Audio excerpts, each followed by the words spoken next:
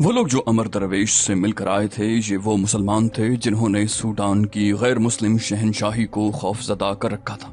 Sudan की फौज को उन्होंने उस पहाड़ी खित्ते में बेबस करके पसपा कर दिया था। वो खुदा और रसूल के परिस्तार और सलाहुद्दीन अय्यूबी के शहदाई थे। सूडान के बाशिंदे होते हुए वो अपने कोहिस्तानी खित्ते को आजाद इस्लामी रियासत कहते थे, मगर अल्फाज की सनसनी और चाशनी और वजद ने उन्हें राह से बेराह कर दिया और उनकी सोचें भटकने लगी। जिन्होंने फौजों को पसपा किया था, उनके अकीदे पर सिर्फ एक इंसान ने दिलकश वार किया तो उनके हथियार गिर पड़े। ये लोग जिधर गए अफवाहें फैलाते गए। उन्होंने जो देखा और जो सुना था उससे और ज्यादा दिलनशी बनाने के लिए इजाफे करते गए। मुझे ये खदशा परेशान कर रहा है कि सूडानी मुसलमान सनसनीखेज तवहुमात के आगे हथियार डाल देंगे। ये आवाज सलाहुद्दीन अय्यूबी की थी, जो सूडान से दूर, बहुत ही दूर, फलस्तीन की सरजमीन पर एक चट्टान के दामन में अपने मुशीरों और सालारों के दरमियान बैठा था। अल आदिल का भेजा हुआ कासिद उसके पास पहुंच गया। उसने अल आदिल का पैगाम पढ़ लिया। मिस्र की इंटेलिजेंस ने सूडानी मुसलमानों के मुतालिक पूरी इत्तला मिस्र के कायम मकाम अमीर अल आदिल को दे दी थी, जो अल आदिल ने सुल्तान अय्यूबी के नाम एक पैगाम में लिख भेजी। उसमें यह भी लिखा था कि अली बिन सुफियान ताजिरों के भेस में सूडान जा रहा है। पैगाम में अल आदिल ने सुल्तान अय्यूबी से पूछा था कि सूडानी मुसलमानों के पहाड़ी खित्ते में अपने छापामार भेजे जाएं या नहीं। उसने इस खदशे का इजहार भी किया था कि हम छापामार चोरी छुपे भेजेंगे। अगर सूडानी हुकूमत को पता चल गया तो खुली जंग हो सकती है, जबकि हमारी ज्यादातर फौज अरब में लड़ रही है। पैगाम में तफसील से लिखा गया था कि सूडानी हुकूमत मुसलमानों को अपना वफादार बनाने के लिए हमारे जंगी कैदियों को इस्तेमाल करने की कोशिश कर रही है। सुल्तान अय्यूबी ने यह पैगाम पढ़कर अपनी हाई कमांड के सालारों और मुशीरों को सुनाया और कहा, सूडान के ये मुसलमान सूडान की फौज के लिए कहरे इलाही हैं। तुम सब देख रहे हो कि इनमें से जितने हमारी फौज में हैं वो किस बेजिगरी और जज्बे से लड़ते हैं, मगर दुश्मन जब उन्हें तिलिस्माती अल्फाज में उलझाता और जहन को ख्याली अय्याशी की तरफ माइल करता है तो वो रेत के बुत बन जाते हैं। अल आदिल ने लिखा तो नहीं कि सलीबी सूडान के मुसलमान इलाके में किरदार कुशी और जहनी तखरीबकारी कर रहे हैं, लेकिन तुम सब सलीबियों को जानते हो, वो इस फन के माहिर हैं। मुझे मालूम है कि सूडानियों के पास सलीबी मुशीर मौजूद हैं, वो जहनी तखरीबकारी जरूर करेंगे।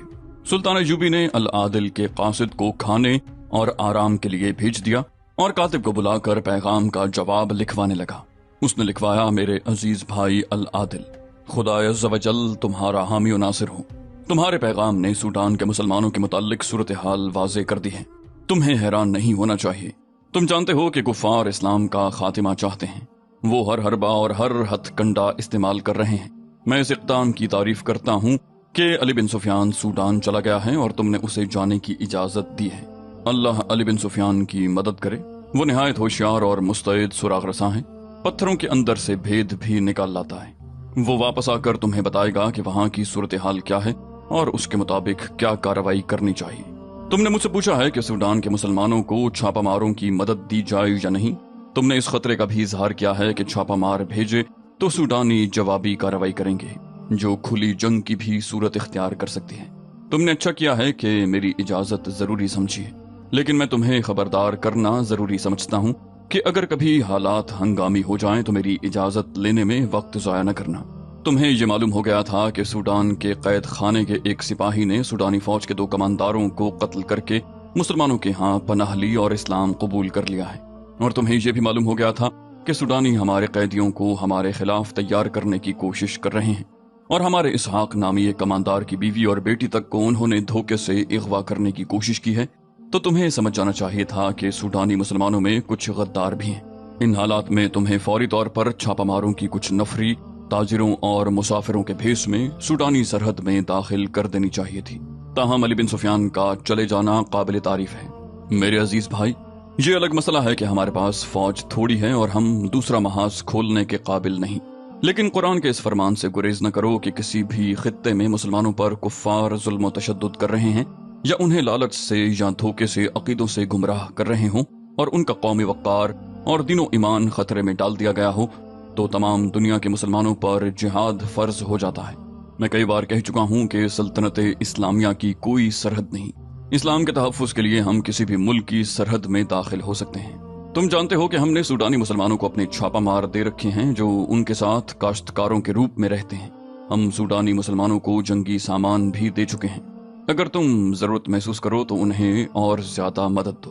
اگر سوڈانی اپنی سرحد بند کرنے کے لیے مصر پر فوج کشی کریں تو گھبرانا نہیں، تم تھوڑی سی فوج سے کئی گنا فوج کا مقابلہ کر سکتے ہو۔ تم ان کا ایک حملہ تباہ کر چکے ہو، دوسرا بھی تباہ کر لو گے۔ سامنے کی ٹکر نہ لینا، دشمن کو وہاں گھسیٹ لینا جہاں تم کم تعداد سے زیادہ نقصان کر سکو۔ چھاپہ ماروں کا استعمال زیادہ کرنا اور دشمن کی رسد کاٹنے کا انتظام کرنا۔ تمہاری آدھی جنگ علی بن سفیان کے جاسوس جیت لیں گے، لیکن مجھے توقع نہیں کہ سوڈانی حملے کی حماقت کریں گے۔ اگر ان کے صلیبی مشیروں نے عقل سے کام لیا تو وہ حملے کی بجائے اپنے پہاڑی علاقے کے مسلمانوں کو اپنے ساتھ ملانے کی کوشش کریں گے۔ اگر مسلمان ان کے وفادار ہو گئے اور ان کی فوج میں شامل ہو گئے تو وہ ہر خطرہ مول لے سکتے ہیں۔ اس لیے تمہاری کوشش یہ ہونی چاہیے کہ مسلمان ان کی ذہنی تخریب کاری کا شکار نہ ہوں۔ میں وہی بات دہراؤں گا جو 100 بار کہہ چکا ہوں، مسلمان میدان جنگ میں شکست دیا کرتا ہے، شکست کھایا نہیں کرتا۔ مگر اس کے جذبات میں جب حیوانی جذبہ بیدار کر دیا جاتا ہے تو وہ تلوار اتار پھینکتا ہے۔ ملت اسلامیہ کو جب بھی زوال آیا، اسی جذبے کی بدولت آئے گا۔ ہمارا دشمن ہماری قوم میں یہی آگ بھڑکا رہا ہے۔ اس طرح ہم بیک وقت 2 محاذوں پر لڑ رہے ہیں، ایک زمین کے اوپر ہے، دوسرا زمین کے نیچے۔ ہمارا دشمن ہمیں زہر میں بجھے ہوئے تیروں سے نہیں مار سکا، وہ اب ہمیں مٹھاس کی زبان اور الفاظ کے جادو سے بیکار اور مفلوج کر رہا ہے۔ یہ بڑا ہی خطرناک محاذ ہے، ہوشیار رہنا میرے عزیز بھائی۔ یہاں کے حالات سازگار ہیں، دشمن بری طرح بکھرا ہوا ہے، میں اسے مرکزیت اور اجتماع کی مہلت نہیں دوں گا۔ اللہ کی مدد ملتی رہی تو میں حلب لے لوں گا۔ مقابلہ شاید اب بھی سخت ہو، لیکن میں نے کچھ اور انتظامات کر لیے ہیں۔ صلیبی ابھی سامنے نہیں آئے، شاید ابھی سامنے آئیں گے بھی نہیں۔ وہ بھائیوں کو آپس میں لڑا کر تماشا دیکھ رہے ہیں۔ اگر ان کا دشمن آپس میں ہی لڑ لڑ کر مر جائے تو انہیں سامنے آنے کی کیا ضرورت ہے؟ اللہ تمہاری مدد کرے، مجھے امید ہے کہ تم گھبراؤ گے نہیں۔ خدا حافظ۔ جس وقت سلطان ایوبی نے یہ پیغام قاصد کو دیکھ کر روانہ کیا، اس وقت عمر درویش کے خیمے میں وہ 3 آدمی بیٹھے ہوئے تھے جو لوگوں کے ہجوم میں آگے ہو کر عمر درویش کی طرف بڑھے تھے، مگر اس طرح پیچھے کو گر پڑے تھے جیسے کسی نے انہیں آگے سے دھکا دیا ہو۔ لوگ چلے گئے، عمر درویش باہر سے اٹھ کر خیمے کے اندر چلا گیا تھا، اور یہ 3 آدمی کچھ دور تک لوگوں کے ساتھ گئے اور ان کی نظر بچا کر ایک ایک کر کے واپس آئے اور عمر درویش کے خیمے میں چلے گئے۔ یہ اسی کے گروہ کے آدمی تھے اور وہ اسی علاقے کے مسلمان تھے۔ سوڈانی حکومت سے انہیں بہت انعام ملتا تھا۔ عمر درویش نے کہا، میرا خیال تھا کہ کپڑا نہیں جلے گا۔ اس کے نیچے آتش گیر سیال کم رکھا گیا تھا اور اوپر پانی زیادہ انڈیل دیا گیا تھا۔ اس آدمی نے کہا جس نے کپڑے پر مشکیزے سے پانی چھڑکا تھا، تمہیں ابھی یہ بھی معلوم نہیں ہوا کہ یہ تیل پانی پر ڈال دیا جائے تو بھی جل اٹھتا ہے؟ ہم پہلے آزما چکے ہیں۔ عمر درویش نے پوچھا، لوگوں پر اس کا اثر کیا ہوا ہے؟ ایک نے کہا، ہم کچھ دور تک ان کے ساتھ گئے تھے، وہ پانی کو آگ لگانے کو تمہارا معجزہ سمجھتے ہیں۔ کوئی یقین نہیں کرتا کہ دنیا کا کوئی انسان پانی کو آگ لگا سکتا ہے۔ تم نے جس انداز سے باتیں کی ہیں وہ ان کے دلوں میں اتر گیا ہے۔ خدا کی قسم، عمر درویش نے اسے ٹوک دیا، نہ دوست، خدا کی قسم نہ کھاؤ۔ ہم اس حق سے محروم ہو گئے ہیں کہ اس سچے خدا کی قسم کھائیں جس کے احکام کی ہم خلاف ورزی کر رہے ہیں۔ ایک آدمی نے کہا، معلوم ہوتا ہے ابھی تمہارے دل میں سچا خدا موجود ہے۔ عمر درویش، تم اپنا خدا اور ایمان فروخت کرائے ہو۔ دوسرے آدمی نے بیٹھی ہوئی آشی کی ران پر ہاتھ پھیر کر کہا، اور قیمت دیکھو کیسی ملی ہے، یہ صلیب کے بادشاہوں کا ہیرا ہے جو سوڈان کے حاکموں نے تمہیں دے دیا ہے۔ عمر درویش نے آشی کی طرف دیکھا تو آشی نے اسے گہری نظروں سے دیکھتے ہوئے آنکھیں سکیڑی، اس کے ماتھے پر شکن بھی پیدا ہوئی۔ عمر درویش اس اشارے کو سمجھ گیا اور ہنس کر بولا، مجھے یاد نہیں رہا تھا، میں اتنی زیادہ قیمت کے قابل نہیں تھا۔ خیر، جانے دو ان باتوں کو، آنے والی رات کی باتیں کروں۔ ایک آدمی نے کہا، سب انتظام تیار ہے، تم نے ہمارا کمال دیکھ لیا ہے، دیکھا ہم کس طرح پیچھے کو گرے تھے، اور تم اس کی بھی تعریف کرو کہ ہم نے کسی اور کو بولنے نہیں دیا۔ ایک اور آدمی نے کہا، رات کو تم تور کا جلوہ دکھاؤ گے، یاد کر لو کہ تمہیں کیا کرنا ہے، ہمارے آدمی تیار ہیں۔ تیسرے آدمی نے کہا، ہمیں چلے جانا چاہیے، اب خیمے سے باہر نہ نکلنا، اور وہ تینوں چلے گئے۔ سورج غروب ہوتے ہی لوگ آنا شروع ہو گئے۔ دن کے وقت جو لوگ عمر درویش کی باتیں سن گئے اور پانی کو آگ لگنے کا معجزہ دیکھ گئے تھے، انہوں نے جہاں تک وہ پہنچ سکے خدا کے ایلچی کی تشہیر کر دی تھی کہ آج رات کو عمر درویش کوہ طور کا وہی جلوہ دکھائے گا جو خدا نے حضرت موسیٰ کو دکھایا تھا۔ سوڈان کے جاسوس بھی وہاں موجود تھے، انہوں نے افواہیں پھیلانے کا کام جانفشانی سے کیا تھا۔ اس کے نتیجے میں شام کے بعد عمر درویش کے خیمے کے سامنے لوگوں کا ہجوم معمول کی نسبت زیادہ تھا۔ खैमे के अक़ब में और दाएं बाएं किसी को खड़ा होने की इजाजत न थी।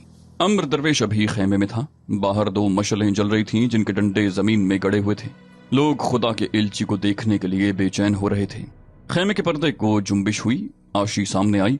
उसका लिबास स्याह था। ये एक फ्रॉक सा था जो कंधों से पांव तक था। उस पर अबरक के जर्रे चिपके हुए थे जो मशलों की रोशनी में सितारे की तरह टिमटिमाते और चमकते। आशी के सर पर रेशम का बारीक रुमाल था। उसके बाल उसी रेशम जैसे थे जो शानों पर इस अंदाज से पड़े हुए थे कि उरिया शानों की सफेदी उनमें सितारों की तरह नजर आती। वो खूबसूरत तो थी, उसका बनाव सिंगार और सज धज ऐसी थी जिसमें तिलिस्माती तासुर था। पहाड़ियों और जंगलों में रहने वाले इन लोगों के लिए ये लड़की, उसकी चाल और उसका लिबास उजूबे से कम न था। उनकी नजरें गिरफ्तार हो गईं। उन पर सहर तारी हो गया। आशी के एक हाथ में 1.5 गज लंबे और उससे आधे चौड़े कालीन का एक टुकड़ा था जो उसने दोनों मशलों के दरमियान बिछा दिया। उसने दोनों बाजू फैलाए और आसमान की तरफ देखा। खैमे का पर्दा हटा और अम्र दरवेश मस्ताना चाल चलता कालीन पर खड़ा हो गया। उसने भी आशी की तरह बाजू दाएं बाएं फैलाए, आसमान की तरफ देखा और बुड़बुड़ाने लगा, ए खुदा की बरगजीदा हस्ती जिसका एहतराम हम सब पर फर्ज है, हम तेरे हुजूर हाजिर हुए हैं। ये उन 3 आदमियों में से एक था जिनका ऊपर जिक्र आ चुका है।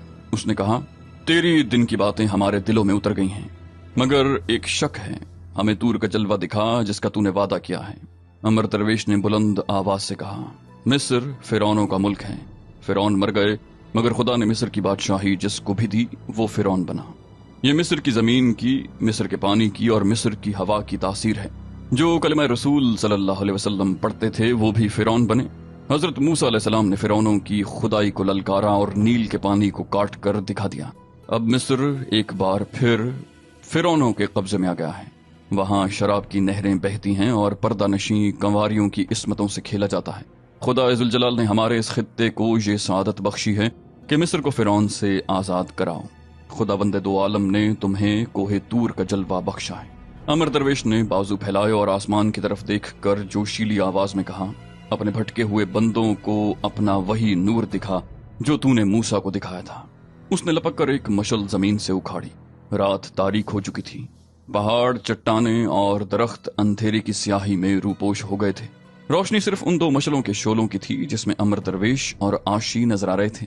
अमर दरवेश ने मशल ऊपर की और एक समत इशारा करके कहा, उधर देखो, उधर एक पहाड़ी है, तुम उस पहाड़ी को नहीं देख सकते, उसका जलवा देखो। उसने मशल और ज्यादा ऊपर करके दाएं बाएं लहराई। उसके साथ ही सामने पहाड़ी से एक शोला उठा और जरा सी देर में कम होते होते खत्म हो गया। लोगों के मुंह खुले के खुले रह गए। हैरत ज़दगी ने उनकी जबानें गुम कर दी। अमर दरवेश ने कहा, अगर तुमने खुदा के इस जलवे को भी अपने दिलों में न उतारा तो ये शोला जो तुमने देखा है तुम्हारे इस सरसब्ज इलाके को रेगजार बना देगा। मैं उसे रोक नहीं सकूंगा, उसे तुमने दावत दी है। अमर दरवेश अपने खैमे में चला गया। आशी ने लोगों को इशारा किया कि वो चले जाएं। लोग वहां से जाने लगे तो एक दूसरे के साथ बात करते हुए भी घबराते थे। उनके दिलों में कोई शक नहीं रहा था। वो जब खैमे से दूर निकल गए तो एक आदमी जो उनके साथ था दौड़कर आगे हुआ और सबकी तरफ मुंह करके रुक गया। सबने देखा वो एक गांव की मस्जिद का पेश इमाम था। इमाम ने बाजू फैलाकर कहा, जरा रुक जाओ। सब रुक गए तो उसने कहा, अपने ईमान को काबू में रखो। मुसलमानों, ये जादूगरी है जो तुम देखाए हो, ये शोबदेबाजी है। रसूल खुदा के बाद ना कोई पैगंबर आया है ना ही आएगा। खुदा ऐसे गुनाहगारों को जलवे और नूर नहीं दिखाया करता जो अपने साथ बेहया लड़कियां लिए फिरते हैं। एक आदमी ने कहा, यह लड़की नहीं, जिन है। इमाम ने कहा, जिन्नात इंसानों के रूप में नहीं आते, जिन्नात किसी इंसान के गुलाम नहीं हो सकते। मुसलमानों, अपने अकीदे की हिफाजत करो। सुल्तान सलाहुद्दीन फिरौन नहीं, वो खुदा का सच्चा बंदा है। उसने पैगंबरी का दावा नहीं किया। वो तुम्हारे मजहब का पासबान और सलीब का दुश्मन है। एक आदमी ने कहा, मोहतरम इमाम, क्या आप पानी को आग लगा सकते हैं? एक और ने कहा, इसकी न सुनो, ये अपनी इमामत कायम रखना चाहता है।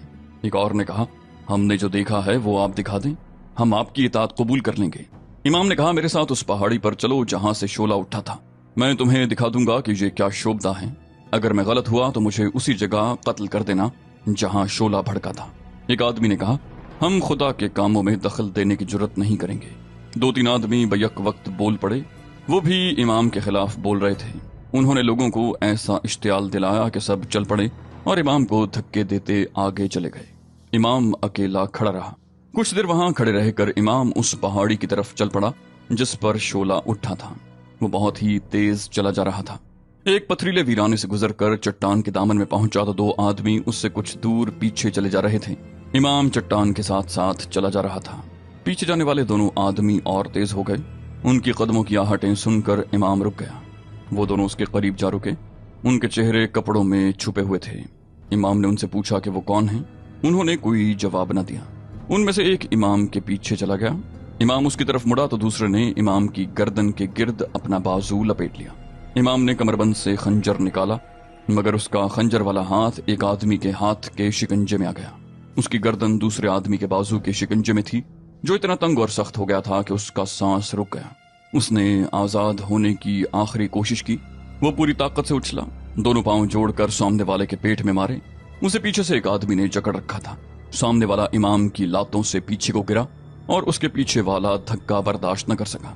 वो भी पीछे को गिरा और इमाम की गर्दन पर उसके बाजू की गिरफ्त ढीली पड़ गई। इमाम ने एक और झटका दिया और आजाद हो गया। वो अब एक खूंरेज लड़ाई के लिए तैयार होकर उठा, लेकिन वो दोनों आदमी भाग गए। उनके भागने की वजह सिर्फ ये हो सकती थी कि वो दोनों उसी इलाके के मुसलमान थे। उन्हें पहचाने जाने का खतरा था। इमाम ने उन्हें पुकारा, ललकारा, लेकिन वो गायब हो गए। इमाम ने आगे जाना मुनासिब न समझा और वहीं से वापस चला गया। अमर दरवेश के खेमे में वही 3 आदमी बैठे थे जो दिन के वक्त भी उसके पास आए थे। उन्होंने अमर दरवेश को बताया कि लोग वही तासुर लेकर गए हैं जो उन पर पैदा करने की कोशिश की गई थी। उन्होंने उसे ये भी बताया कि कल रात उसे आगे एक और गांव के करीब जाना है और तूर का जलवा एक और पहाड़ी पर दिखाना है। तीनों चले गए। आशी अमर दरवेश के साथ अकेली रह गई। उसने पूछा, क्या तुम अपनी कामयाबी पर खुश हो? अमर दरवेश ने आह भर कर कहा, आशी, मैं तुम्हें इस किस्म के सवालों का जवाब देने से डरता हूँ। आशी ने कहा, क्या तुम ये चाहते हो कि मैं सलीबियों और सूडानियों के हाथों में खिलौना बनी रहूं? तुमने मेरे अंदर ईमान बेदार किया है और अब तुम मुझ पर एतबार नहीं करते। अमर दरवेश ने कहा, मैं एतबार तुम्हारे अमल पर करूंगा, तुम्हारे अल्फाज पर नहीं। आशी ने कहा, मुझे बताओ मैं क्या करूं? जो कहोगे वही करूंगी। अमर दरवेश ने कहा, अभी यही करती रहो जो कर रही हूं, वक्त आने पर तुम्हें बताऊंगा कि क्या करना है। आशी ने कहा, हो सकता है तुम्हें ये बताने का वक्त ही न मिले कि मुझे क्या करना है। तुमने देख लिया है कि तुम्हारे इर्द गिर्द जासूसों का जाल बिछा हुआ है। जहां तुमने जरा सी मशकूक हरकत की, ये जासूस तुम्हें गायब या कत्ल कर देंगे और मुझे अपने साथ ले जाएंगे। अगर तुम मुझे पहले ही बता दो कि तुम्हारा इरादा क्या है तो मैं तुम्हें बर वक्त खबरदार कर सकूंगी। मुझे तो वो बहरहाल अपने गिरोह का फर्द ही समझते हैं। आशी के अंदाज में कुछ ऐसी सादगी और खुलूस था जिससे अमर दरवेश कायल हो गया कि ये लड़की उसे धोखा नहीं देगी। उसने कहा, तुम्हारे कमालात देखता हूं तो डरता हूं कि तुम मुझे धोखा दोगी। आशी ने कहा, कमालात में तो तुम भी कम नहीं हो, इसीलिए तो मैं महसूस कर रही हूं कि तुमने अपनी कौम को धोखा देने का पक्का इरादा कर लिया है। अमर दरवेश ने कहा, मैं तुम्हें अपना इरादा बता देता हूं और ये भी बता देता हूं कि तुमने अपना वादा पूरा न किया और मुझे फरेब दिया तो तुम जिंदा नहीं रहोगी। मैं कत्ल हो जाने से डरता नहीं हूं और कत्ल करने से भी नहीं डरूंगा। मैंने रास्ते में तुम्हें बताया था कि मैं किसी और मकसद के लिए जा रहा हूं। मुझे उम्मीद थी कि मैं यहाँ अपने इलाके में आकर अपने खुफिया मकसद में आसानी से काम हो जाऊंगा, मगर यहाँ आकर देखा है कि सूडानियों ने मुझे जासूसों के घेरे में ले रखा है। मुझे दूसरा गम ये हो रहा है कि मैंने अपनी कौम की पीठ में खंजर उतार दिया है। मैं अपने असल मकसद की खातिर अपने आप को पोशीदा रख रहा हूँ, मगर मेरी कारिस्तानी, जिसे तुम मेरा कमाल कहती हो, मेरी कौम के मजहबी अकीदे को जहर की तरह मार रही है। मैंने अगर ये स्वांग जारी रखा तो ये मुसलमान सूडानियों की गुलामी की जंजीरों में बंध जाएंगे और उनका कौमी वक़ार हमेशा के लिए खत्म हो जाएगा। आशी ने पूछा, तुम क्या करना चाहते हो? अमर दरवेश ने कहा, मैं इसहाक के गांव तक पहुंचना चाहता हूं। तुम इसहाक को जानती हो ना? वही कमांडर जो जंगी कैदी की हैसियत से कैद खाने में पड़ा है। उसे अपने रंग में रंगने के लिए तुम्हें भी एक रात उसके पास भेजा गया था। आशी ने कहा, उस शख्स को तो मैं सारी उम्र नहीं भूल सकूंगी। उसकी भी उतनी ही मुरीद हूं जितनी तुम्हारी। अमर दरवेश ने कहा, मैं उसके घर तक पहुंचना चाहता हूं, फिर मैं अपने गांव जाने का इरादा रखता हूं। मैं ये सोच कर आया था कि यहाँ आकर गायब हो जाऊंगा और यहाँ के लोगों को बताऊंगा कि वो सूडानियों के हथकंडों से बचें। आशी ने कहा, मालूम होता है कि तुमने कोई बाकायदा मंसूबा नहीं बनाया। हमें जिस काम के लिए भेजा जाता है उसका हमें बड़ा वाज़ेह मंसूबा दिया जाता है। अमर दरवेश ने कहा, मैं कैद खाने में जालिमाना अजियतें सह सह कर निकला हूँ। इतनी सी अक्ल रह गई है कि कैद खाने से निकलने का ये तरीका सोच लिया था। यहाँ आकर हालात ऐसे हो गए हैं कि अपने मकसद की कामयाबी नामुमकिन नजर आती है। आशी ने कहा, अब मुझे भी सोचने दो। अगर हम खुदा की राह में साबित कदम रहे तो तुम अपने मकसद में कामयाब हो जाओगे। कल हम आगे जा रहे हैं, कोई सूरत निकल आएगी। जरूरत यह है कि हमें यहाँ के किसी अक्लमंद आदमी के साथ मुलाकात का मौका। तो दोस्तों, ये थी हमारी आज की एपिसोड। उम्मीद करते हैं आपको हमारी एपिसोड पसंद आई होगी। जाने से पहले इस वीडियो को लाइक, शेयर और कमेंट करना मत भूलिए। और अगर आप हमारे चैनल पर नए हैं तो इसे सब्सक्राइब कीजिए और बेल आइकन पर क्लिक कीजिए ताकि आपको तमाम वीडियोस फौरन मिलती रहें। अगली वीडियो तक के लिए अपना ख्याल रखिए। अल्लाह हाफिज।